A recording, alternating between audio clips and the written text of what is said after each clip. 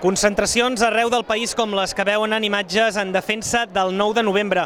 Desenes de persones s'han citat a les 7 del vespre davant dels ajuntaments dels seus pobles i ciutats per defensar la consulta que el Tribunal Constitucional va suspendre.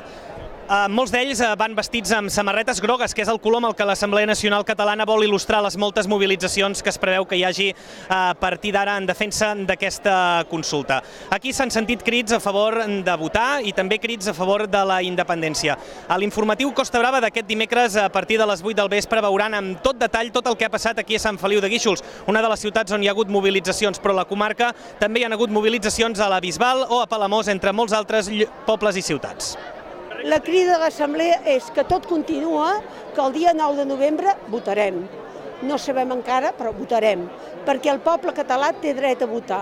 S'ha fet una convocatòria seguint una llei legal, votada per un Parlament per una amplíssima majoria de 90%, i el decret de convocatòria s'ha fet a l'empar d'una llei legal, i per tant no hi ha cap motiu perquè no puguem votar.